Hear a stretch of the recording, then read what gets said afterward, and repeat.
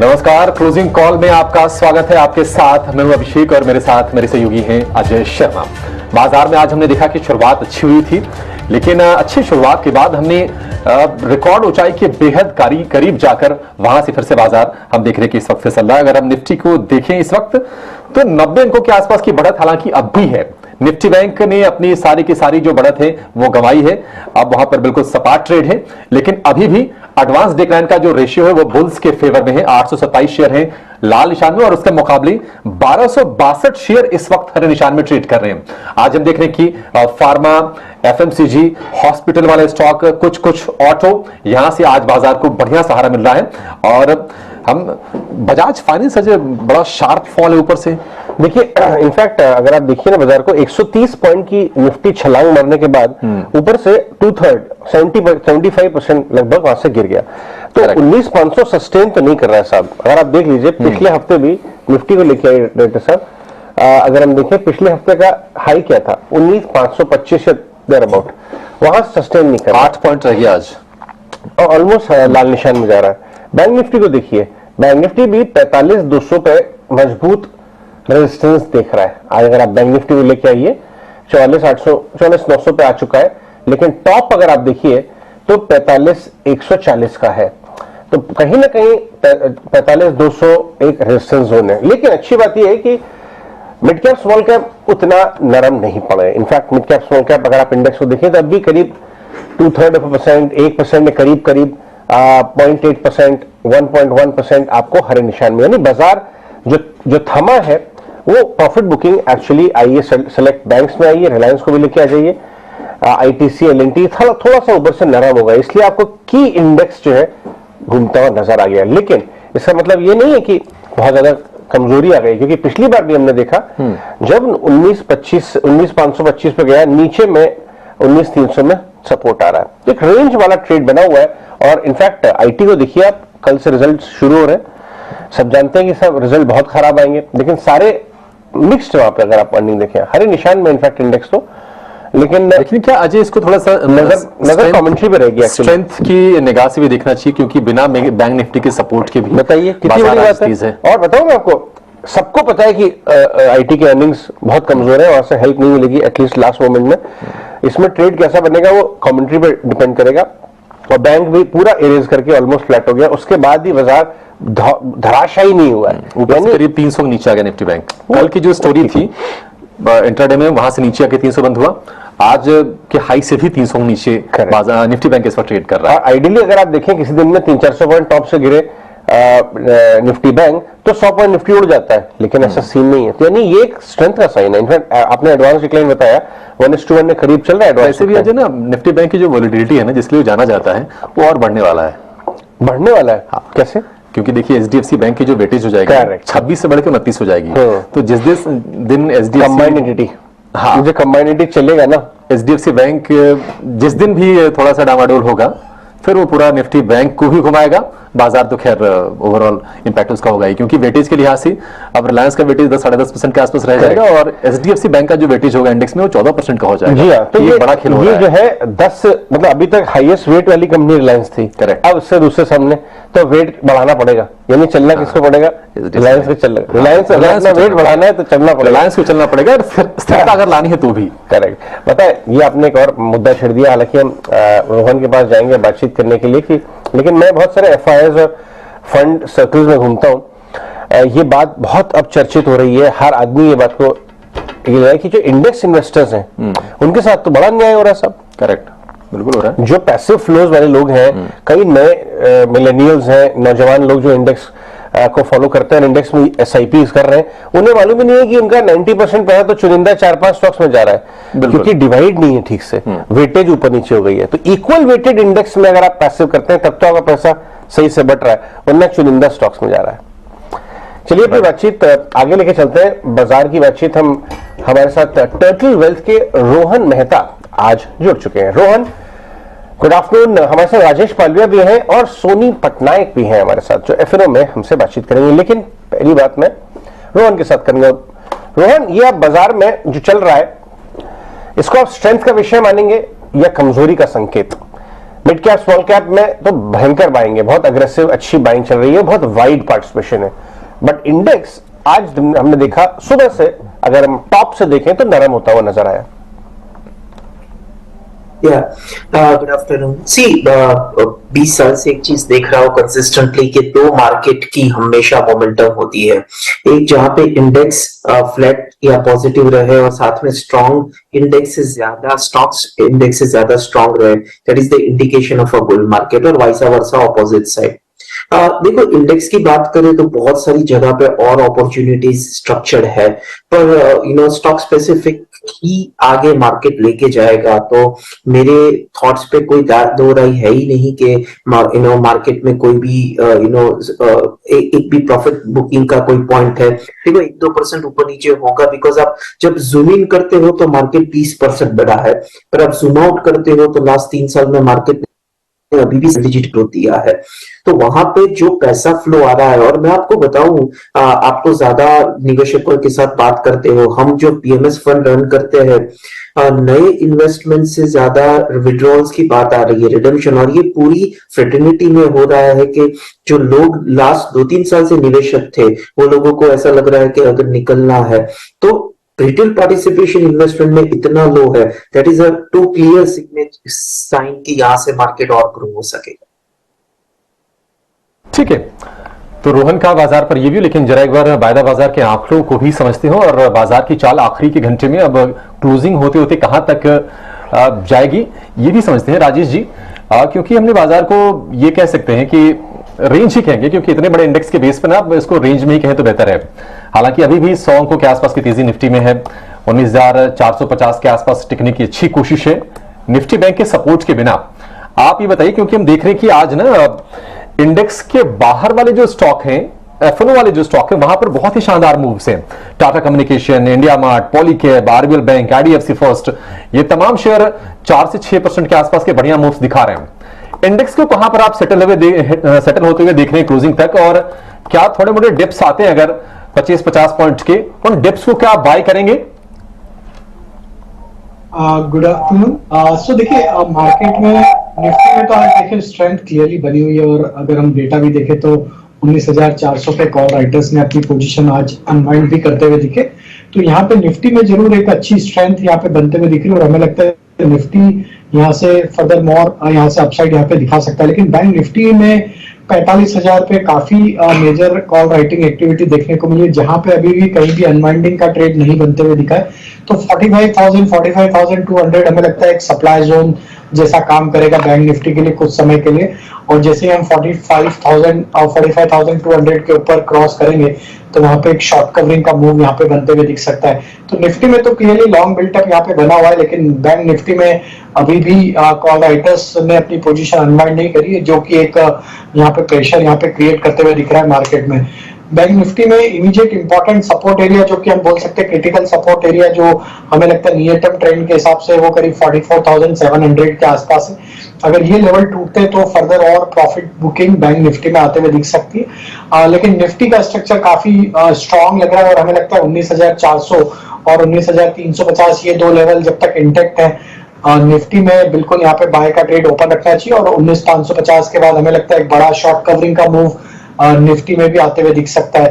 तो यहाँ पे जरूर आपने बिल्कुल सही बताया कि आज निफ्टी को छोड़ के बाकी सारे सेगमेंट में, मिड कैप, स्मॉल कैप में और नॉन निफ्टी स्टॉक्स काफी अच्छा यहाँ पे बाइंग एक्शन यहाँ पे बिल्कुल बना हुआ है। तो ये एक बुल मार्केट का एक बिहेवियर ही होता है कि जब इंडेक्स आपका एक हायर साइड पे जब कंसोलिडेट करता है, एक रेंज में होता है, तो जो बाकी स्टॉक्स हैं जहाँ पे एक रैली अभी भी मिसिंग थी, वहां पे कैचअप रैली बिल्कुल प्ले आउट होते हुए दिख रही है, और एक जो माइनर करेक्शन के बाद स्टॉक करेक्ट हुए पिछले कुछ दिनों में, वहां पे वापस रिन्यूड बाइंग इंटरेस्ट बनते हुए दिख रहा है। तो वही बिहेवियर हमें लग रहा है मार्केट में कंटिन्यू रहेगा, और स्टॉक स्पेसिफिक एक्शन यहाँ पे हमें और देखने को मिलेगी।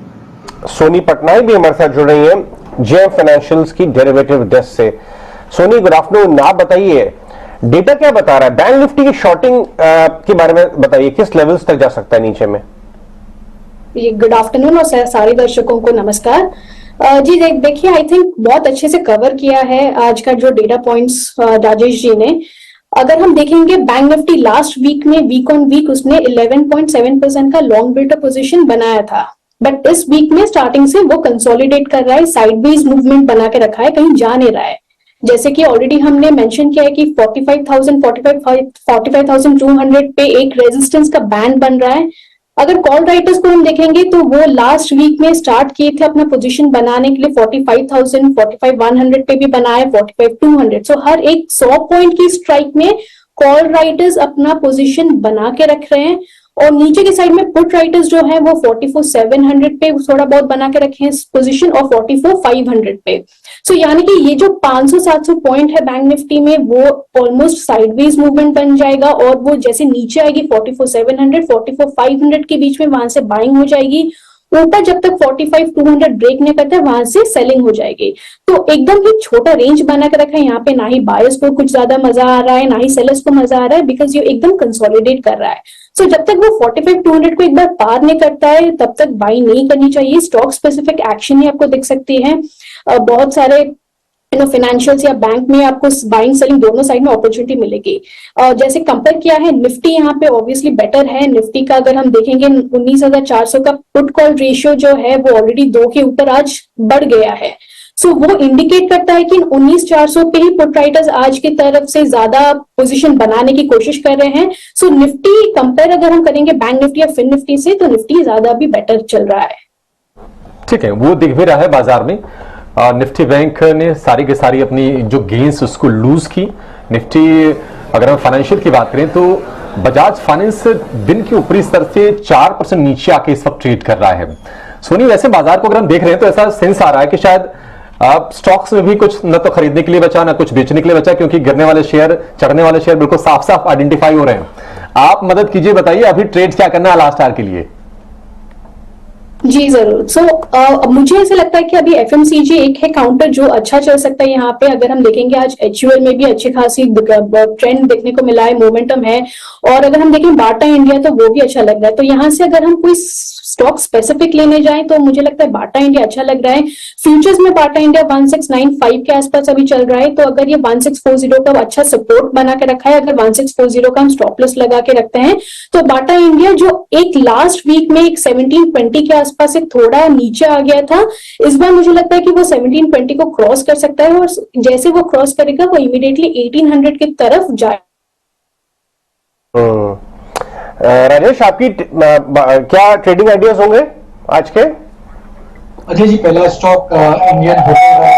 इंडियन होटल में देखें तो एक माइल्ड प्रॉफिट बुकिंग के बाद वापस से स्टॉक ने अपने ऑलमोस्ट 50 डे मूविंग एवरेज के आसपास से सपोर्ट लेके यहाँ से वापस बाइंग इंटरेस्ट बनते हुए दिखा। आज के सेशन में लॉन्ग बिल्टअप यहाँ पे क्लियरली बनते हुए दिख रहा है। तो पिछले 4 दिन का एक कंसोलिडेशन रेंज का ब्रेकआउट भी यहाँ पे आते हुए दिखा इंडियन होटल पे। इंडियन होटल पे हम एक्सपेक्ट करें टारगेट 410 415 तक आते हुए देख सकते हैं। स्टॉप लॉस रखना होगा करीब 386 के आसपास। जो दूसरा स्टॉक हमें बहुत अट्रैक्टिव लग रहा है वो है फार्मा स्पेस से, और फार्मा स्पेस में सन फार्मा का जो ब्रेकआउट बना है आज के सेशन में काफी इंप्रेसिव है। अगर डेटा भी देखें तो ऑलमोस्ट आज 5% के आसपास के ओपन इंटरेस्ट ऐड होते हुए दिखे। जिस तरीके से यहाँ पे technical structure daily weekly time frame पे बना है, हमें लग रहा है ये स्टॉक एक अच्छा मोमेंटम कंटिन्यू करेगा। 1100 रुपए तक की अपसाइड हमें लगता है नियर टर्म सेटअप पे आते हुए दिख सकती है, और स्टॉप लॉस रखना होगा करीब 1048 के आसपास। तीसरा स्टॉक जो बाय करना है वो कैश सेगमेंट से, और उसमें वेस्ट लाइफ पे हमारा नजर है। ये स्टॉक को देखें तो almost stock all time high trajectory पे ट्रेड कर रहा है। ये 4th कंसेक्यूटिव वीक है जहां पे stock higher high low formation display करते हुए दिख रहा है, और जिस तरीके की बाइंग यहाँ पे सस्टेन बाइंग बनी हुई है, हमें लगता है वेस्ट लाइफ यहाँ पे एक अच्छा मोमेंटम फर्दर एक्सटेंड करते हुए दिखेगा। 920 930 तक की अपसाइड हम प्रोजेक्ट कर रहे हैं। स्टॉप लॉस होना चाहिए करीब 875 के आसपास। दोपहर का टाइम है, स्नैक्स का टाइम हो रहा है, तो चलते हैं आगे। और हमारे इन हाउस फूडी जो है कविता जी, उनके पास चलते हैं। एक बहुत ही शानदार स्टोरी लेके आई है डायरेक्टर साहब। एक काम करते हैं, ये स्टोरी समझ लेते हैं, वेस्ट लाइफ की बात भी कर रहे हैं। राजेश पालविया के लग रहा है पिज्जा मंगाने का, बर्गर मंगाने का टाइम हो रहा है। उसके बाद कविता जी से बात करने का। डायरेक्टर साहब दिखाइए कविता जी, स्क्रीन पे दिखाइए कविता जी को। हाँ 76, हाँ कविता जी तैयार है, बिरयानी की थाली लेके आई है, क्या बात है। ये कहानी सुन लीजिए सारे पैनलिस्ट, उसके बाद बहुत ध्यान से सुनिएगा कविता जी जो एक रिपोर्ट फाइल कर रही है। उसके बाद मैं आपके पास एक एक क्वेश्चन के लिए आऊंगा। एक सवाल आपको टॉप पिक देनी होगी अपनी फेवरेट डिश, क्योंकि ये कहानी भी यही है, इंडिया क्या खा रहा है इंडिया। क्या हम लोग हमेशा भारत बाजार में क्या बात करते हैं अभिषेक, खेलो इंडिया खेलो, राइट। हाँ। ये है क्या खा रहा है इंडिया, खाओ इंडिया खाओ, खाओ इंडिया खाओ। कमाओगे कि तो खाओगे कैसे। लेकिन कविता जी जो हमारी इन हाउस फूडी है वो एक बहुत ही शानदार रिपोर्ट लेके आई है। कविता बताइए।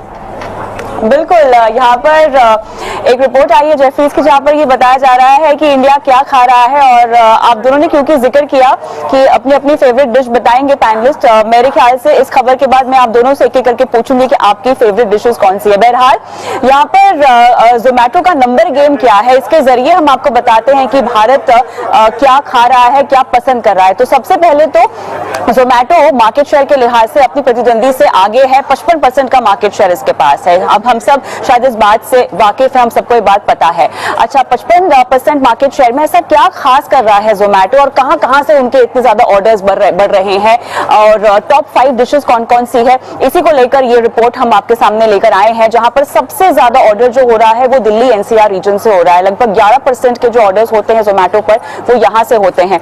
अच्छा, किफायतीपना आप देखिए कि अधिकांश डिशेस जो है जोमेटो पर वो लगभग 250 रुपए या उससे कम की ही है। और इसीलिए भी हम देख रहे हैं कि लोगों की पहली पसंदीदा अगर ऑनलाइन फूड डिलीवरी के लिहाज से देखा जाए तो जोमेटो है। और अगर हम सिंगल डिशेस की बात करें, क्योंकि अभी आप लोगों ने खाने पीने की बात कही और स्नैक्स की बात कही, तो सिंगल डिशेस में बिरयानी सबसे ज्यादा लोकप्रिय है, सबसे ज्यादा ये ऑर्डर भी की जाती है। तो मेरे ख्याल से आपको शायद अब यही पूछना होगा मुझसे कि क्या ऑर्डर कर रहा है भारत सबसे ज्यादा। अजय, कविता ये भी तो बता दीजिए कि आपकी फेवरेट डिश क्या है, आप सबसे ज्यादा क्या मंगाती हैं। कि आप बता रही थी हमें ऑफलाइन कि आप भी जोमेटो की बड़ी फेवरेट कायल है। कविता अपना बताएं, उसके पहले ये बता दें कि इंडिया के पसंदीदा डिश क्या है। कविता पहले ये बताइए आप। हाँ बिल्कुल, मेरे ख्याल से ये बहुत इंपॉर्टेंट जानकारी है। और अजय, मैं भी अपनी डिशेस शेयर करूंगी आपके साथ भी और भारत के साथ भी। लेकिन जैसे कि अभिषेक ने पूछा, तो चिकन बिरयानी, चाट, सैंडविच, चिकन स्टार्टर, डोसा, मेरे ख्याल से ये वो टॉप डिशेस हैं जो भारत बहुत ज्यादा पसंद करता है। और इतना ही नहीं, मेरे ख्याल से मैं आपको रीजन वाइज बता देती हूँ कि कहां से ज्यादा ऑर्डर होता है जोमेटो पर।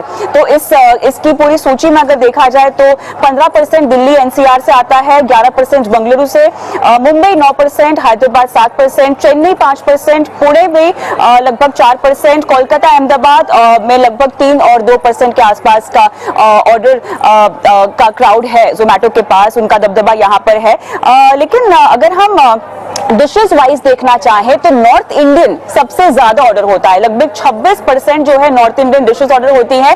बिरयानी उसमें पसंदीदा है जो कि 12% के आसपास। और ऐसा नहीं है, लोग डिजर्ट्स भी खाते हैं, बर्गर्स भी खाते हैं जो कि 8-10% के आसपास है। अजय ने पूछा कि मैं क्या पसंद करती हूँ, मैं भी जोमेटो से बहुत ज्यादा ऑर्डर करती हूँ और फुल डिस्क्लेमर है यहाँ पर। और उसमें आप सैंडविचेस से लेके बिरयानी, जी हाँ, मैं एक तो वेजिटेरियन भी हूँ, तो पनीर बिरयानी और तमाम तरह की बिरयानियां ऑर्डर होती है, सैंडविचेस बहुत ज्यादा ऑर्डर होती है। तो बस मेरा मेन्यू तो यही है। अजय, आप अगर ऑनलाइन ऑर्डर करते हैं और अभिषेक आप करते हैं तो क्या करते हैं ऑर्डर? परिवार में करते हैं, पिज्जा बर्गर सबसे ज्यादा। कंफ्यूजन नहीं होना चाहिए। बिरयानी ऐसा ऑप्शन है ना कि आपको जब कुछ समझ में ना आए बिरयानी ऑर्डर कर लीजिए। होलसम मील एक बार में काम हो जाता है। तो अधिकतर लोग यही करते हैं, मैं भी करता हूं। मेरे ख्याल से हेल्दी ऑप्शन भी बहुत सारे होते हैं इन पर। चलिए, बहुत शुक्रिया। ये बताइए रोहन, आप क्या ऑर्डर करते हैं जोमेटो, सबसे ज्यादा फेवरेट डिश क्या है आपकी? देखते हैं जेफरीज की रिपोर्ट से मैच खाती है कि नहीं। मैं ज्यादातर घर का खाना पसंद करता हूँ, क्या बात। पर जब भी ऑर्डर करता हूँ, मेरी एक फेवरेट है, जो मेरा एक टारगेट है कि जो घर पे नहीं बनता है वही मैं ऑर्डर करता हूँ। तो मेरी सुशी बहुत फेवरेट है, जेफरीज के साथ नहीं मिलेगी। तो sushi is one of the most ordered food from Zomato. हाँ, लिखा ने कुल ऑनलाइन ऑर्डर में जो हिस्सेदारी है ना, उसमें एशियन का जो हिस्सा है 10% वो भी है। तो 10% में रोहन है। सोनी, आप क्या करते हैं ऑर्डर? ये मुझे भी घर का खाना पसंद है। घर में मेरा फेवरेट है कढ़ी चावल, बट बाहर से अगर मुझे ऑर्डर करना हो तो सबसे फेवरेट मेरा बर्गर होता है। ऐसा क्यों लग रहा है? घर में बताया जाएगा पूछ के यहाँ पे। हाँ, इसलिए सबसे पहले बता दें, फेवरेट तो हमारा घर का ही है, लेकिन फिर भी हम पहले ही डिस्क्लेमर करके सेफ हो जाओ। राजेश जी देखिए मुस्कुरा रहे हैं, तभी वेस्टलाइफ ऑर्डर कर रहे थे, वेस्टलाइफ का स्टॉक पिक लिया था। राजेश जी का तो बर्गर होगा क्यों सर? बिल्कुल, बर्गर, पिज्जा और पाव भाजी, ये 3 चीजें ऑर्डर की जाती है जनरली। चलिए, बढ़िया, मुंह में पानी आ गया है। हाँ, 2:45 हो रहे हैं, 3:30 तक का वेट करना पड़ेगा। लेकिन आगे बढ़ते हैं कुछ और ट्रेडिंग आइडियाज की तरफ। अब मिड कैप साइड में इतनी तेजी हो रही है तो मिड कैप स्टॉक आइडियाज क्यों ना डिस्कस किए जाए। अनंतराज इंडस्ट्रीज में आज एक ब्रेकआउट आया है, करीब 5% ऊपर है स्टॉक। कुछ खास न्यूज तो नहीं दिखाई दे रही है मेरे को, लेकिन स्टॉक में तेजी है। राजेश जरा इसके चार्ट चेक करके बताएं। तो काफी स्ट्रांग मोमेंटम आज बना, और अगर अजय जी इसको देखें तो पिछले 4-5 दिन से एक नैरो प्राइस बैंड में स्टॉक मूव करते हुए दिख रहा था, लेकिन अगर इसके ओवरऑल स्ट्रक्चर देखें तो स्टॉक एक सस्टेन्ड अप ट्रेंड में यहाँ पे देखने को मिल रहा है अक्रॉस ऑल टाइम फ्रेम। जिस तरीके के यहाँ पे लॉन्ग टर्म सेटअप बने हुए हमें लगता है ये स्टॉक में तेजी फर्दर एक्सटेंड होते हुए दिख सकती है। वीकली मंथली टाइम फ्रेम पे भी काफी स्ट्रांग यहाँ पे चार्ट स्ट्रक्चर प्लेस्ड है। तो यहाँ पे नेक्स्ट टारगेट जो हम प्रोजेक्ट कर रहे हैं ये स्टॉक का वो आना चाहिए करीब 220 से 225 तक, लेकिन थोड़ा ये पोजिशनल टारगेट होगा। स्टॉप लॉस यहाँ पे रखने होंगे करीब 172 के आसपास। तो ये स्टॉक में एक अच्छा बड़ी टाइम फ्रेम पे एक बेस बना के स्टॉक में monthly weekly daily time frame पे एक अच्छा ब्रेकआउट यहाँ पे बना है। तो ये स्टॉक में हमें लग रहा है कि पोजिशनली अगर इसको कोई होल्ड करता है तो एक अच्छे रिटर्न यहाँ पे बनते हुए दिखेंगे। 230 तक की अपसाइड हमें लगता है इसमें शॉर्ट टर्म में आते हुए दिख सकती है। ठीक है, रिजल्ट्स आए, स्टॉक में बहुत तेजी थी। 110 करोड़ का प्रॉफिट आया है 126 करोड़ के सामने। कमजोर है नंबर, स्टॉक गिर सकता है क्या? सुबह देखिए, सुबह चला हुआ, इनफैक्ट शुरू हो गई गिरावट इसके अंदर। लेकिन एफएनओ साइड पे सोनी आरबीएल बैंक में आज अच्छी शॉर्ट कवरिंग दिख रही है, जबकि ओवरऑल बैंकिंग कमजोर है। लेकिन आरबीएल बैंक डेज हाई करीब 5% ऊपर। क्या लेवल्स दिखते हैं आपको? 200 क्रॉस कर जाएगा जल्दी में? जी, आरबीएल बैंक में अगर मैं देखूं तो लास्ट वीक में ये one of the banking stocks थे जिसमें बहुत ही तगड़ा लॉन्ग बिल्टअप पोजीशन बने थे वीक ऑन वीक बेसिस में, और स्टॉक भी काफी अच्छी तरह से रैली तो कर चुका है। उसने एक रिबाउंड जो किया था 165 से, वहां से वो कंटिन्यूस लेवल पे वो 190-95 आज टच कर गया है। स्टॉक अभी भी बहुत ही काफी स्ट्रॉन्ग दिख रहा है। अगर मैं देखूं ऑप्शन चेन या फिर ओपन इंटरेस्ट का डेटा, तो आज भी लॉन्ग बिल्टअप के साथ इस स्टॉक में मुझे दिख रहा है कि ये 200 क्रॉस भी कर सकता है, और इसका जो अगला टारगेट होगा वो आप देखेंगे तो ये 220 के तरफ ही जा रहा है। 220 पे मुझे लगता है कि इसमें थोड़ा सा हॉल्ट बनेगा। तो ये स्टॉक यहाँ से काफी स्ट्रॉन्ग है, तो ये जरूर क्रॉस करने की चांसेस है इसके ज्यादा 200 में। ठीक है, आरबीएल बैंक पर सोनी का ये व्यू। लेकिन पीसीबीएल, जिसको पहले फिलिप्स कार्बन ब्लैक के नाम से जानते थे, उसके नतीजे आ गए हैं विस्तार से आपकी स्क्रीन पर। आय जो है 1409 करोड़ से घटकर 1347 करोड़। तो आय में भी कमी आई है, और मुनाफे का आंकड़ा भी हम आपके सामने रख रहे हैं। मुनाफे में भी थोड़ी सी हमें हिट देखने को जरूर मिली है, तो उम्मीद से कमजोर नतीजे इसके। हालांकि शेयर ये चला हुआ है 100 रुपए, 125 रुपए के लेवल से एक तरफा हमने तेजी दिखी है, और आज इसने 175 रुपए के भी ऊपर का आंकड़ा देखा। दिन के ऊपर स्तर से 10 रुपए फिलहाल ये शेयर नीचे है पीसीबीएल का। लेकिन इसके अलावा अगर हम वायदा बाजार की बात करें तो इंडिया मार्ट और पॉलीकैब, इन दोनों शेयरों में 5% से ज्यादा की तेजी है। और राजेश जी, जो ओपन इंटरेस्ट के जो आंकड़े हैं वो भी काफी स्ट्रांग है। आपको मूव के आगे सस्टेन होती दिख रही है क्या? इसमें फॉलो अप बाइंग आएगी? तो काफी स्ट्रांग मोमेंटम बना आज पॉलीकैब में, और जिस तरीके का आज यहाँ पे ब्रेकआउट देखने को मिला है, हमें लगता है यस पॉलीकैब में फर्दर और तेजी एक्सटेंड होते हुए दिख सकती है। नेक्स्ट टारगेट हमें लग रहा है जो आ सकता है करीब 3840 3860 तक की अपसाइड यहाँ पे आते हुए दिख सकती है। तो पॉलीकैब बाय करने की सलाह है, और जिनके पास ऑलरेडी पोजीशन है उन्हें स्टॉप लॉस को 3700 के आसपास ट्रेल कर लेना चाहिए 3860 के नेक्स्ट टारगेट के लिए। इंडिया मार्ट जो आपने पूछा है उसमें अभी हमें लगता है कि थोड़ा सप्लाई प्रेशर हायर साइड पे इंटैक्ट है, जो कि मेजर यहाँ पे सप्लाई जोन बना हुआ है स्टॉक का वो करीब 2850 2880 की जोन में। तो जब तक 2880 के लेवल को नहीं क्रॉस कर पाता है, ये हमें लगता है पुल बैक में वापस इसमें एक सप्लाई आते हुए दिख सकता है। नियर टर्म सेटअप इसके अभी भी वीक है, तो ये पुल बैक में 2850 2880 के आसपास अगर स्टॉक आता है तो वहां पे प्रॉफिट बुक करने की सलाह रहेगी। ठीक है, इन दोनों ही स्टॉक्स पर ये भी थोड़ी देर पहले हम ये समझ रहे थे कि अजय कि देश खा क्या रहा है, लेकिन देश के जो दिग्गज हैं, जिनको बाजार सलाम करता है, जिनकी सलाह पे अमल करता है, वो पैसे लगा कहां पर है ये भी जानना बड़ा जरूरी है। ये भी खुराक है वजह की, एक तरह ये बाजार की खुराक है। सही बात है। तो बड़े निवेशक अपनी होल्डिंग में कहां पर बदलाव कर रहे हैं, कौन से शेयरों में अपनी हिस्सेदारी बढ़ाया है, कहां पर घटाया है, ये तमाम डिटेल लेकर हमारे सहयोगी शरद जुड़ गए हैं, और जो भी निवेशक जिनको आप फॉलो करते हैं या फिर जिन्हें आपको फॉलो करना चाहिए, उनकी होल्डिंग शरद आपको बताएंगे। शरद बताइए।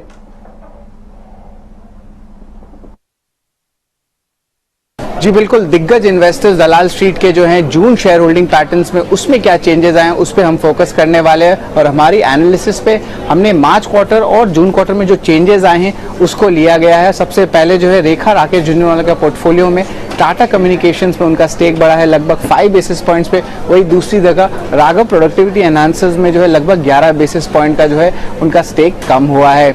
इसके अलावा राधा किशन दमानी ने जो है हल्की सी अपनी स्टेक बढ़ाई है लगभग 2 बेसिस पॉइंट्स के लिए यूनाइटेड ब्रूअरीज में। और फोकस करें तो स्मॉल कैप स्पेस में एक्शन ज्यादा देखने मिल रहा है, और डॉली खन्ना ने जो है 3 स्मॉल कैप कंपनीज में अपनी स्टेक बढ़ाई है, जिनका नाम है नितिन स्पिनर्स, टालब्रोस ऑटोमोटिव और मैंगलोर केमिकल्स। देखा जाए तो सबसे ज्यादा जो स्टेक बढ़ा है वो है टालब्रोस ऑटोमोटिव में, लगभग आप कह सकते हैं 47 बेसिस पॉइंट्स का इंक्रीज देखने मिला है। अब बात करेंगे इस इन्वेस्टर आशीष कचोलिया का। यहाँ पे जो है ऑफकोर्स शैली इंजीनियरिंग प्लास्टिक्स है, वहाँ पे उन्होंने लगभग अपनी 1% स्टेक की जो है सेलिंग की है। अब उनका स्टेक ऑलमोस्ट 5.5% हो गया है। और दूसरी जगह यूनाइटेड ड्रिलिंग टूल्स के बारे में बात करें तो ये स्मॉल कैप कंपनी में पहले उनका लगभग 3% स्टेक हुआ करता था, अब उनका नाम शेयर होल्डिंग पैटर्न में नहीं आया है। इसका मतलब उनका स्टेक 1% से नीचे हो गया या वो एक कंप्लीट एग्जिट ले चुके हैं कंपनी में। आखिर में बात करेंगे इस इन्वेस्टर विजय केडिया का। यहाँ पे जो है एल्कॉन इंजीनियरिंग और टालब्रोस ऑटोमोटिव इन दोनों स्टॉक्स में जो है लगभग 9 से लेकर 16 बेसिस पॉइंट्स तक का जो है सेलिंग देखने मिला है ओनरशिप लेवल्स पे। हालांकि अगर बात करें पटेल इंजीनियरिंग की तो यहाँ पे उन्होंने स्टेक बढ़ाया है, ऑलमोस्ट 39 बेसिस पॉइंट्स तक जो है स्टेक बढ़ाया है, और अब उनका स्टेक जो है ऑलमोस्ट 1.68% हो जाता है। रोहन, टालब्रोस आपने ध्यान दिया हो, शरद बार बार बता रहे थे 2 दिग्गज इन्वेस्टर्स ने बढ़ाया है, इवन एलेकॉन इंजीनियरिंग उसका आज रिजल्ट भी आया। दोनों स्टॉक्स जरा नजर में रखिए अपने। एक छोटा सा ब्रेक लेके लौटते हैं, फिर एलेकॉन इंजीनियरिंग और टालब्रोस ऑटो रोहन के साथ डिस्कस करेंगे।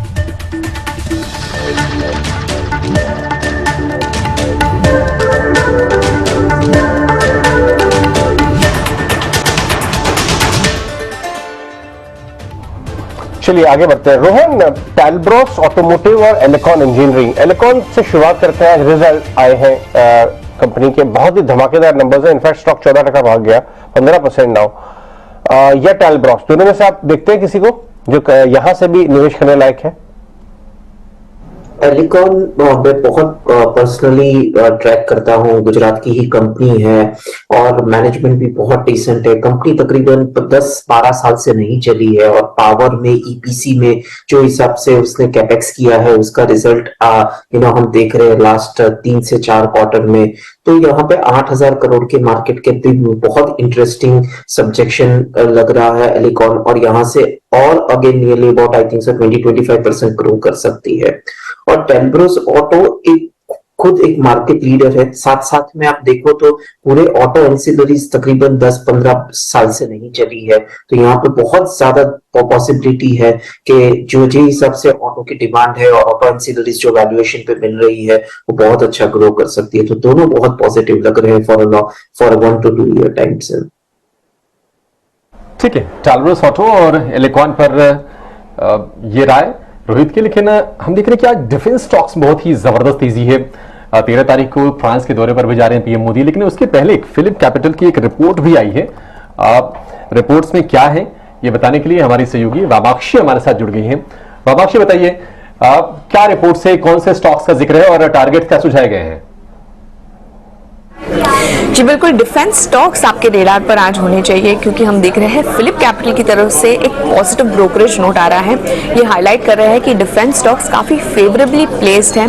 एक काफी अच्छी अपॉर्चुनिटी पाइपलाइन उन्हें नजर आ रही है, करीब $110 बिलियन की अगले 6 से 8 साल में। और इनफैक्ट ये ऑर्डर्स को ग्रैब करने की भी उनकी जो टेंजिबिलिटी है कंपनीज की वो काफी हाई नजर आ रही है फिलिप कैपिटल को।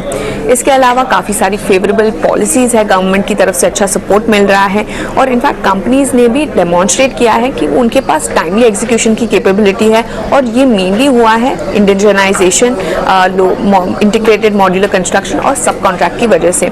अगर हम देखें तो उनके जो फंडामेंटल्स है ये भी काफी स्ट्रॉन्ग नजर आ रहे हैं। कैश रिच बैलेंस शीट्स है इनके पास, तो ओवरऑल इसके जैसे जो major working capital issues generally face होते हैं ये कंपनीज को फेस नहीं होते क्योंकि उनकी जो पेमेंट्स हैं वो स्टेज पेमेंट्स होते हैं। डिविडेंड पे आउट्स की अगर हम बात करें तो ये भी काफी हाई है, ये काउंटर्स के लिए 30 से 60% पर है।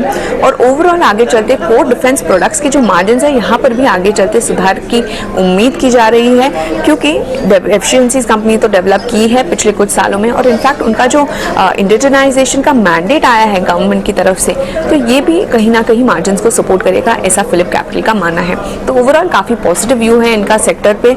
इन्होंने कवरेज शुरू की है खरीदारी की राय के साथ भारत डायनामिक्स, MTAR और सोलर इंडस्ट्रीज पर, न्यूट्रल की राय के साथ कवरेज शुरू की है HAL और डेटा पैटर्न्स पर, और अपनी खरीदारी की राय को उन्होंने बरकरार रखा है भारत इलेक्ट्रॉनिक्स के लिए। तो ओवरऑल इसी ब्रोकरेज नोट के चलते डिफेंस स्टॉक्स पर नजर रखेगा।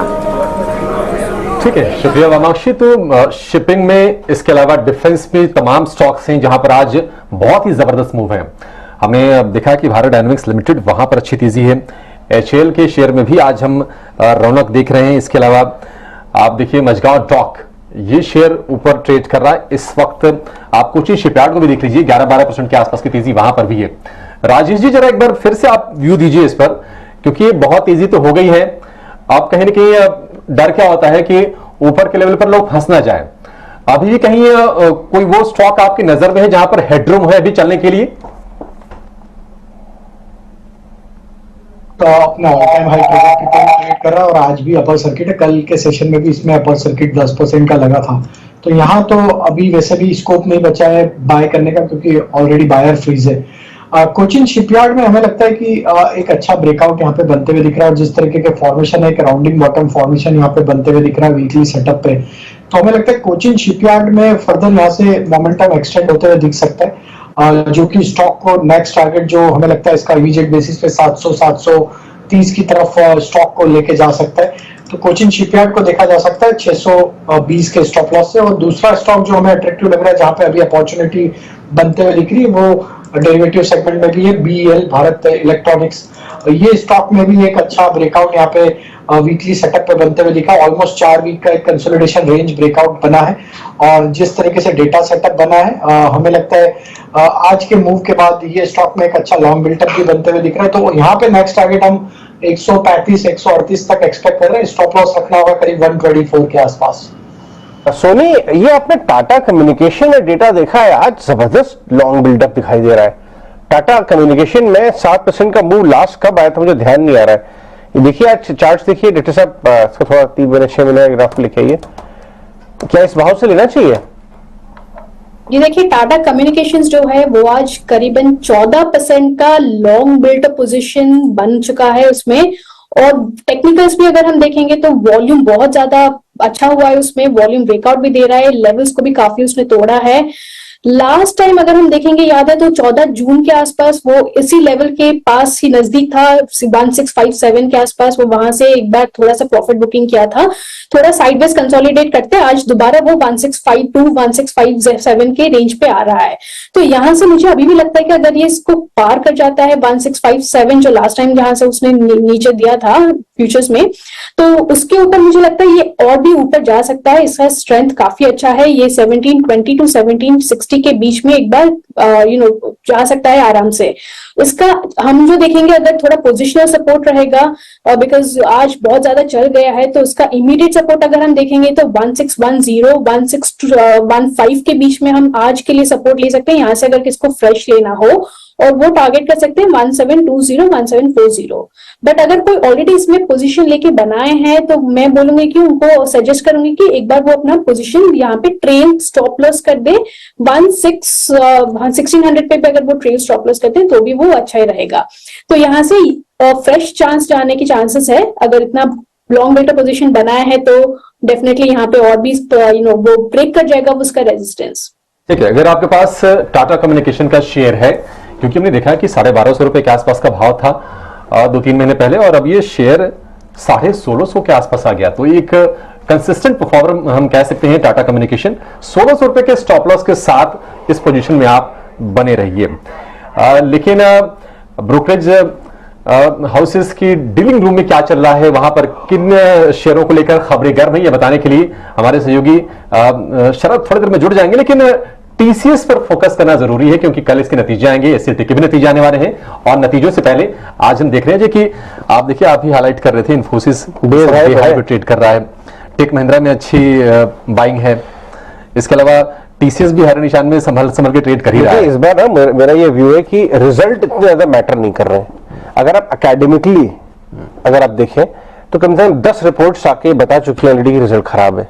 वैसे भी स्टॉक ट्रेड के भी रिजल्ट तो ठीक ही थे, बट वो गाइडेंस पे ट्रेड किया। ट्रेड गाइडेंस पे होने वाला है। अगर किसी ने चिंगारी की तरह काम करेगा, थोड़ी ठीक गाइडेंस दे दी, जिसकी चांसेस बहुत हाई हैं, हाँ, क्योंकि फर्स्ट हाफ हो चुका है और सेकंड हाफ के लिए वाली चीजें ना थोड़ी सेटल होती दिख रही है, उतनी धराशायी नहीं हो रही वहां की इकोनॉमी।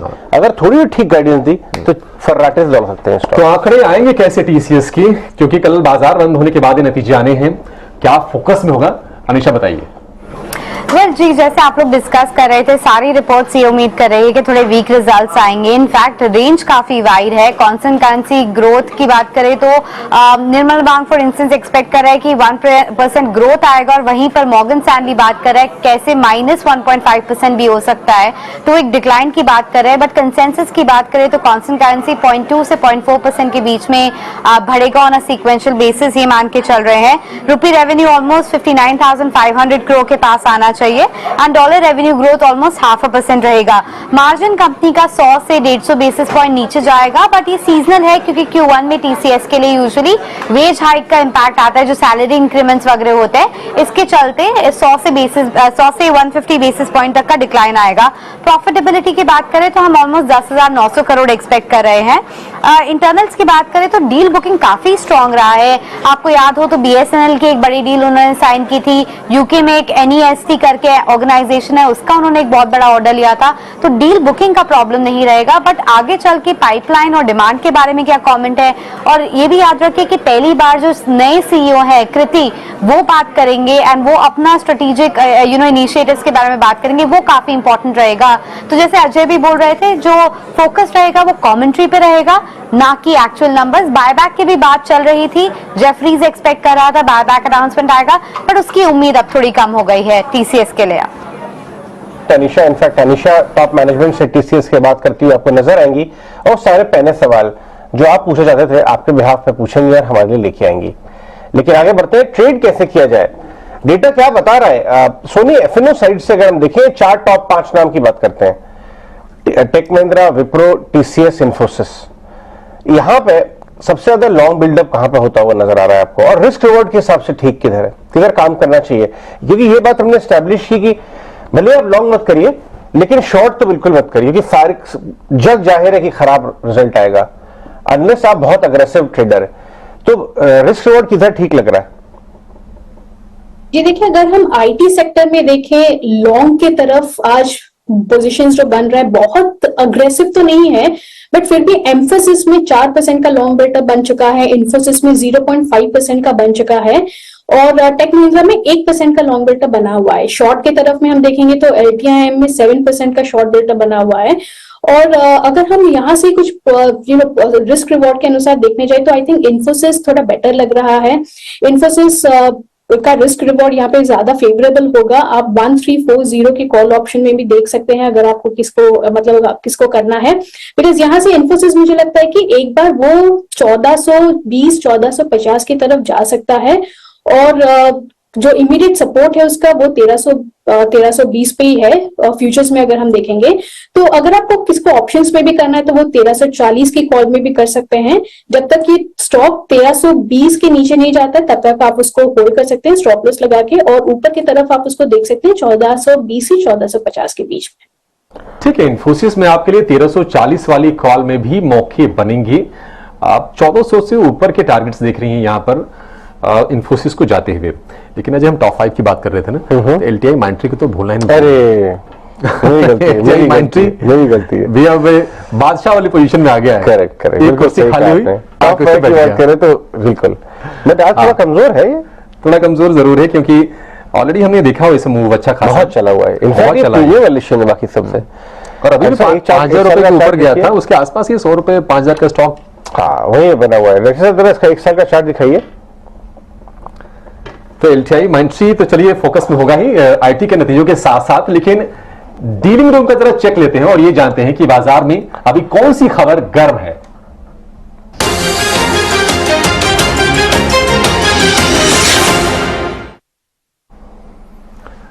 शरद बताइए, कौन सी खबरें हैं जिनकी काफी चर्चा हो रही है, कौन से शेयर हैं जिनको लेकर माहौल गर्म है? जी बिल्कुल, उसके पहले जो है हम बताना चाहते हैं कि भारत इलेक्ट्रॉनिक्स को जो है हमने लास्ट वीक खबर गर्म में सेगमेंट में लिया था और हमने कहा था कि एक डोमेस्टिक पीएमएस ने जो है अपनी स्टेक बढ़ाई है एंड ऑफ कोर्स आज जो है डिफेंसिव स्टॉक्स में भी जो है अच्छी बज़ देखने मिल रही है, लेकिन ये स्टॉक ने हमने पहले ही कवर कर लिया था एक हफ्ते पहले। आज जो है बात हो रही है डीलर्स के साथ और फोकस में रहने वाला एचडीएफसी लाइफ इंश्योरेंस, और यहाँ पे जो है कुछ काउंटर्स में एचएनआई सेलिंग देखने मिल रही है। यहाँ पे जो है डीलर्स कह रहे हैं कि वैल्यूएशंस थोड़े हायर साइड में है और अगर 12 मंथ फॉरवर्ड वैल्यूएशंस की बात करें तो 80 टाइम्स पी आ रही है और जो 5 इयर्स की उनकी एवरेज लेवल्स है वो भी हायर साइड में लगभग 77 गुना देखने मिल रही है। बाजार का एक्सपेक्टेशन है कि जो जितने पॉजिटिव ट्रिगर्स है ऑलरेडी फैक्टर्ड इन हो चुके हैं और जो जून के प्रीमियम के महीने के जो आंकड़े आए वो भी स्ट्रॉन्ग आए हैं लगभग 23% ईयर ऑन ईयर बेसिस पे, जिसका इम्पैक्ट ऑलरेडी स्टॉक में देखने मिला है। अब ट्रिगर्स की बात करें तो ओवरऑल देखा जाएगा रिन्यूड फोकस हो सकती है सेल्स में जब उनके जो नए प्रमोटर एचडीएफसी बैंक जो है आगे आते हैं और ऑफ कोर्स उसके जो प्रोस्पेक्ट होती है सेलिंग के लिए वो बढ़ जाती है। इसके अलावा जो नॉन लिंक्ड सेविंग्स प्रोडक्ट रहेगी वो एक इंपॉर्टेंट की ड्राइवर रहने वाली है और Q1 अर्निंग्स में एक्सपेक्टेशंस में मैनेजमेंट की कमेंट्री ज़्यादा इंपॉर्टेंट रहेगी, स्पेशली जो उनके VNB होती है, जो वैल्यू ऑफ न्यू बिजनेस, उनके मार्जिन गाइडेंस को लेके फोकस रहेगा और जो प्रोडक्ट मिक्स आगे होता है उस पर क्या मूवमेंट होगा उस पर जो है अगला ट्रिगर देखने मिलेगा। Q1 नंबर्स जो है आपके जुलाई 21 को आने वाले हैं। ठीक है, तो ये स्टॉक्स जिनको लेकर खबरें गर्म है, लेकिन शरद ने जो भी आपको जानकारी दी इनमें कोई भी ट्रेड लेने से पहले, कोई भी पोजीशन बनाने से पहले अपने प्रमाणित वित्त सलाहकार की राय अवश्य लें। ये हमारी तरफ से स्टैंडर्ड डिस्क्लोजर भी इसको समझा जाए। एचडीएफसी लाइफ, आज हमने शुरुआती सत्र में देखा था कि ये शेयर ऊपर ट्रेड कर रहा था, थोड़ी सी प्रॉफिट टेकिंग इसमें भी आई है। अब शुरुआत में करीब 2% ऊपर ये शेयर था। आज का जो हाई है 684 रुपए के आसपास है और अब ये 670 रुपए के आसपास आकर दिन के निचले स्तरों के आसपास ट्रेड कर रहा है। हालांकि काफी चला हुआ ये शेयर है और इसको लेकर शरद बता रहे हैं कि खबर काफी गर्म है, माहौल भी गर्म है। एचडीएफसी लाइफ, राजेश जी करना क्या चाहिए इसमें एचडीएफसी लाइफ में, क्योंकि हम देख रहे हैं कि जो लाइफ इंश्योरेंस वाले जो स्टॉक्स हैं ना महीने भर में मूव ठीक ठाक दिखा रहे हैं। 700 रुपए के आसपास एचडीएफसी लाइफ पहुंच गया, क्या भी होगा आपका? बिल्कुल अभिषेक जी, तो काफी स्ट्रॉन्ग मोमेंटम बना है पूरे इंश्योरेंस स्पेस में और most of the private player जैसे अगर हम देखें एचडीएफसी लाइफ काफी अच्छा मोमेंटम बना, आईसीआईसीआई प्रूडेंशियल में भी काफी अच्छा मोमेंटम पिछले 2-3 महीनों में देखने को मिला है। हमें लगता है एचडीएफसी लाइफ का अगर हम short to medium term setup देखें तो स्टॉक में ऑलरेडी एक ब्रेकआउट यहाँ पे प्ले आउट होते हुए दिख रहा है। 630 के आसपास स्टॉक में मंथली चार्ट पे एक ब्रेकआउट बने थे, उसके ऊपर कंसिस्टेंटली ये स्टॉक होल्ड आउट करते हुए दिख रहा है। तो हमें लगता है अगर थोड़ा सा पोजिशनल नजरिया और 630-35 के आसपास के अगर आप स्टॉप लॉस को फॉलो कर सकते हैं तो यहाँ पे हमें लगता है कि नेक्स्ट टारगेट जो इसका पोजिशनल बेसिस पे बन सकता है वो करीब 740-760 की तरफ भी आगे आने वाले महीनों में देखने को मिल सकता है। तो एक बड़े चार्ट पे अच्छा ब्रेकआउट यहाँ पे बना है मंथली टाइम फ्रेम पे, तो हमें लगा है थोड़ा पोजिशनली होल्ड करेंगे तो इसमें एक अच्छे मोमेंटम बनते हुए दिखेंगे।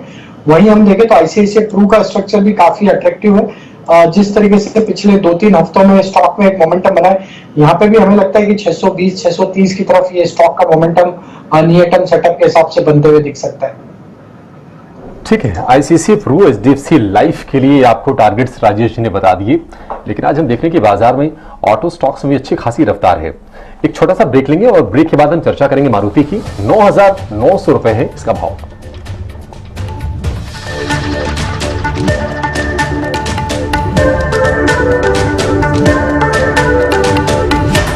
चलिए आगे बढ़ते हैं। 3:20 हो गए, समय हो गया है बीटीएसटी ट्रेड्स लेने का।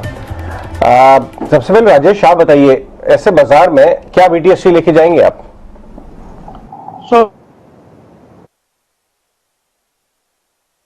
कुछ टेक्निकल प्रॉब्लम आ रही है राजेश जी के तरफ से, डॉक्टर साहब उसको ठीक करिए आप, तब तक सोनी और रोहन के पास चलते हैं। सोनी आप बताइए क्या बीटीएसटी ट्रेड्स बन रहे हैं?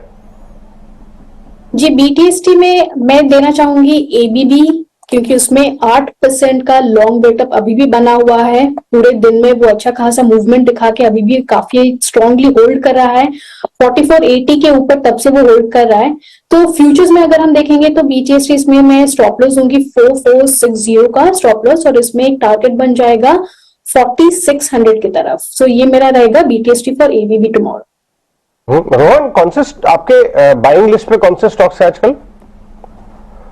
या सो हम अभी देख रहे हैं बहुत सारे इन्वेस्टिंग स्टॉक्स है, कंपनीज लाइक मारुति हमको बहुत अच्छी लग रही है, ऑटो पूरा कंपोनेंट बहुत अच्छा लग रहा है, स्पेसिफिकली कंपनीज मेटल्स में जेएसएल है, स्टेनलेस लिमिटेड है, जिंदा जेएसडब्ल्यू स्टील है, ये सब ऐसी कंपनीज है जहां पर वैल्यू इतने हाई है प्राइस को लेके। जैसे मारुति की बात करूं कि मारुति तकरीबन 6 साल से कंसोलिडेट करके बाहर निकला है और फंडामेंटली जो स्टोरी बनी है 6,000 करोड़ के प्रॉफिट, 8,000 करोड़ के प्रॉफिट के साथ, और सबसे ज्यादा सरप्राइजिंग हमको लग रहा है जहां पे हमारा बहुत फोकस है वो है NBFC companies, companies like Shriram finance, companies like Equitas, उसमें बहुत सारी वैल्यू दिख रही है हमको।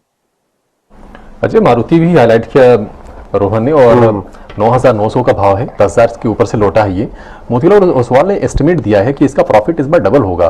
तो सालाना बेसिस पे हाँ, वाई डबल हो जाएगा, वाई डबल हो जाएगा इसका मारुति सुजुकी का, क्योंकि इतना माल बिक रहा है ना, इतना माल बिक रहा है। अब प्रीमियम में भी आ गए, हाई मार्जिन प्रीमियम। पहले मतलब तो आप देखिए टू व्हीलर हो या फिर फोर व्हीलर, अब इसमें बड़ी जबरदस्त होड़ भी मचेगी। करेक्ट, तो थोड़ा सा मुझे लगता है कॉशियस भी रहना चाहिए। देखिए 6,500 वाला 10,000 हो गया, तो जितनी भी अच्छाइयों की बातें हम कर रहे हैं ये आ गया है। बट दूसरा पहलू ये है कि 10,000 इसका अभी 7 साल पहले भी भाव था। 7 ईयर हाई पे है ये स्टॉक, 7-8 ईयर। मुझे आए रामदेव जी आए थे यहाँ पे, 8,500 का भाव था, मुझे 10,000 का टारगेट दिए गए थे, फिर वो आया ही नहीं 10,000 का टारगेट मतलब बहुत दिन लंबे समय तक नहीं आया, अब वापस आया। तो यहाँ से डॉक्टर साहब अब कितना लंबा ग्राफ दिखा सकते हैं? 10,000 का मारुति, 5,000 का बजाज ऑटो, हाँ, देखा हुआ है पहले, 3,000 का हीरो मोटो उस जमाने में। लेकिन रिस्की, अभिषेक का सवाल बहुत वैलिड है रोहन, ये रिस्की स्टॉक है, मतलब इन भावों पे कॉशियस होना चाहिए या बुलिश होना चाहिए कि तो पुराने भाव ही लौटे हैं? शॉर्ट टर्म व्यू देखे तो cautious, I don't know because मैं शॉर्ट टर्म देखता हूं नहीं, पर आप लॉन्ग टर्म देखो तो आपने जो बहुत राइट बोला कि 7 साल हुआ, और 7 साल में कंपनी ने क्या किया आप सोचिए। 7 साल में कंपनी ने प्रॉफिट कंसोलिडेट किया, अभी प्रॉफिट ऑल टाइम हाई पे है। मेरे स्टॉक में जो हाइब्रिड वर्जन है, आज इंडिया में हाइब्रिड वर्जन की कोई गाड़ी नहीं बना रहा है, और ईवी आज भी फैशन है। आपके पास 2 गाड़ी होगी तो तीसरी आप ईवी ले लोगे, और कॉमर्शियल वायबल है नहीं ईवी, बिकॉज ईवी बहुत महंगी मिल रही है। और इंडिया कुछ भी बोल लो, आप बीएमडब्ल्यू ले लो, आप जगुआर ले लो, या आप मारुति ले लो, कितना देती है वो तो पूछती है। जहां पे आपको 20 से 25 की एवरेज मिल रही है, मारुति की ब्रांड ओनरशिप मिल रही है, तो आई थिंक सो जो 50% मार्केट शेयर है वो अगर 55% 2 साल में हो जाएगा तो ये कंपनी 10,000 करोड़ के प्रॉफिट के भी ऊपर क्रॉस हो जाएगी ऑन वाई बेसिस। रोहन, एक काम जरा ना और आसान कीजिए आप, इसके बाद हम राजेश के पास जाएंगे और उनसे बीटीसी रीड लेंगे। अगर किसी को कमर्शियल व्हीकल में लेना है तो क्या लेना है? एक शेयर बताइए, 4 व्हीलर में एक शेयर बताइए, 2 व्हीलर में चूंकि ऑप्शंस बहुत है और हम देख रहे हैं कि कंपटीशन काफी स्टिफ हो रहा है। टीवीएस मोटर के वैल्यूएशंस वगैरह की चर्चा काफी हो रही थी, हीरो मोटो के मुकाबले तरजीह भी दी जा रही थी, तो उस पे इसमें टीवीएस, बजाज या फिर हीरो मोटो, जरा ये गुत्थी आसान कर दीजिए आप। आपने मुझे पूछा, sorry I missed out the ji Rohan. हाँ, सो हमारा I have a disclaimer that हमारा फंड ऐड कर रहा। सो मेरे हिसाब से टीवीएस मोटर्स बहुत इंटरेस्टिंग है। TVS motor is the 4th largest 4 wheeler manufacturer. पर आप देखो तो सबसे ज्यादा ग्रोथ टीवीएस मोटर ने किया, क्योंकि ईवी जो गाड़ी में हम 2-3 साल ईवी का ग्रोथ दिख रहे हैं वो 2 व्हीलर्स में भी आ गया है, 2 व्हीलर्स में ईवी हो गया है चालू, और वहां पे टीवीएस मोटर्स का जो स्ट्रक्चर है वो बहुत बेहतरीन है। और दूसरा एक चीज हमको नहीं भूलना चाहिए कि कोई भी सेगमेंट में जो चीज लीडरशिप क्वालिटी से आगे बढ़ता है उसमें कुछ ना कुछ होता है। तो फंडामेंटली टीवीएस मोटर्स में जो ग्रोथ स्टोरी है वो मुझे नहीं लग रहा है कि बजाज ऑटो, हीरो और होंडा तीनों में भी है। तो TVS motor is my first pick. ठीक है, तो ऑटो पर ये रोहन की पारखी नजर। लेकिन राजेश जी, अब 4 मिनट 26 सेकंड का समय शेष है, बताइए बीटीसी ट्रेड्स कौन से आपके? तो पहला स्टॉक अगेन बीटीएससी में फार्मा स्पेस से होगा। हमने शो की शुरुआत में सन फार्मा कवर किया था, डे हाई की तरफ ट्रेड कर रहा है। लुपिन हमें लगता है बीटीएससी में बाय किया जा सकता है, जिस तरीके से इसके ओवरऑल स्ट्रक्चर बने हुए और क्लोजिंग की तरफ स्टॉक देखें तो यहाँ पे डे हाई की तरफ बंद होते हुए दिख रहा है। लुपिन का स्ट्रक्चर हमें लग रहा है कि बाय करने लायक है यहाँ पे बीटीएसटी पॉइंट ऑफ व्यू से, और अपसाइड के टारगेट हमें लग रहा है इसमें आ सकते हैं 940-950 की तरफ। स्टॉप लॉस होगा करीब 900 के आसपास। दूसरा स्टॉक बाय करना है अपोलो टायर। पूरी सेगमेंट में टायर स्पेस में एक अच्छा बाइंग इंटरेस्ट आज यहाँ पे वापस देखने को मिला है। अपोलो टायर यहाँ पे एक आउट परफॉर्मर रहा है, तो अपोलो टायर का जिस तरीके से स्ट्रक्चर बना हुआ है, यहाँ हम प्रोजेक्ट कर रहे हैं टारगेट 445 से 450 की तरफ, स्टॉप लॉस होगा करीब 424 के आसपास। और तीसरा स्टॉक जो बाय करना है वो है भेल का।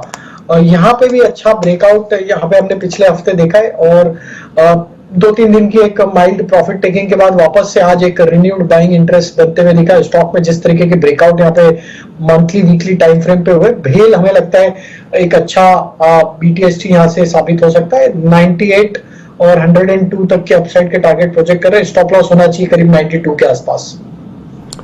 ठीक है, अपोलो टायर, बीएचईएल और इसके अलावा ल्यूपिन फार्मा में देख रहे हैं कि आज लीडरशिप आ रही है सन फार्मा की तरफ से, और 1000 रुपए के ऊपर निकलने के बाद ये शेयर और गर्म हो रहा है।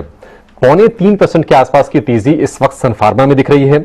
और ऑटो की हम चर्चा कर रहे थे, ऑटो स्पेस में आयशर में 2.5% के आसपास की मजबूती, और उसके आसपास ही जाकर भी सेटल होकर क्लोजिंग भी देगा।